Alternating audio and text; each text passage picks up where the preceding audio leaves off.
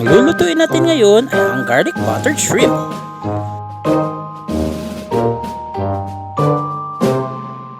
Linisin po yung shrimp ng mabuti, tapos hugasan ito.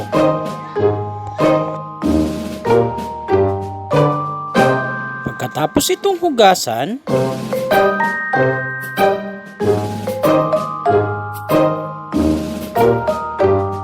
i-drain ito. Balatan ang bawang at hiwain ito ng pinong-pino.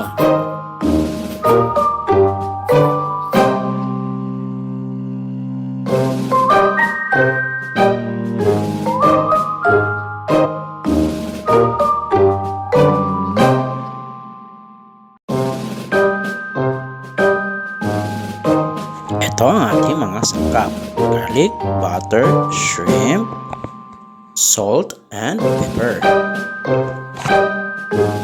Una, gagawa muna tayo ng crispy garlic bits.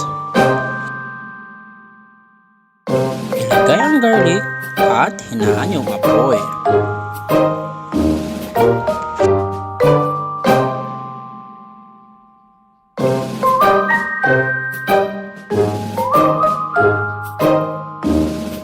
Haluin nyo lang ito ng haluin hanggat ito ay magiging golden brown.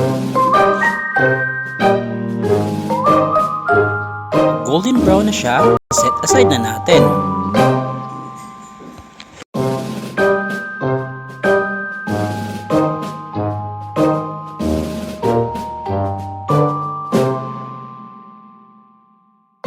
Lagyan natin ng kunting mantika sa pinagprituhan nating garlic. Tapos ilagay ang butter. Hinaan nyo lang apoy para ito hindi masunog.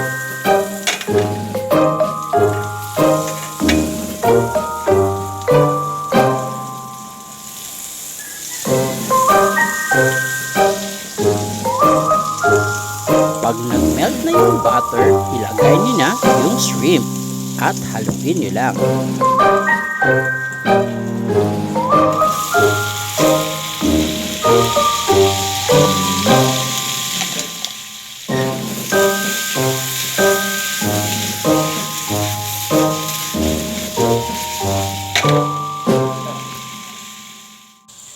Lagyan ng konting paminta at konting asin para ito ay maglasa.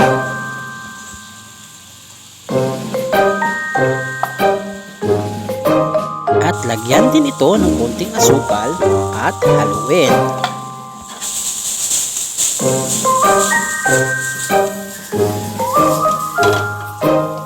Pan ito ng 1 to 2 minutes.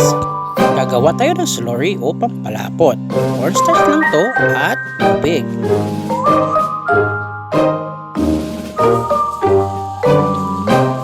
Ilagay na natin yung ginawa nating slurry o pampalapot. At haluin nyo lang ito.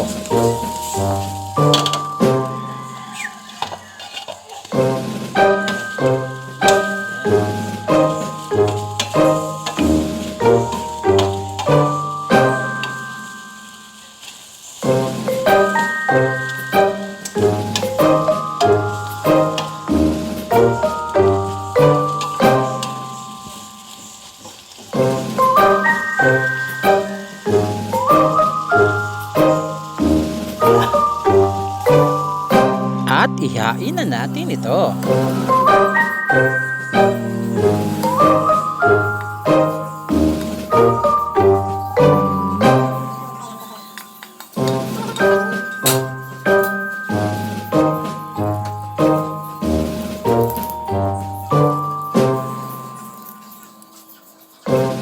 Tadang! Ito na ang garlic buttered shrimp natin. Happy eating!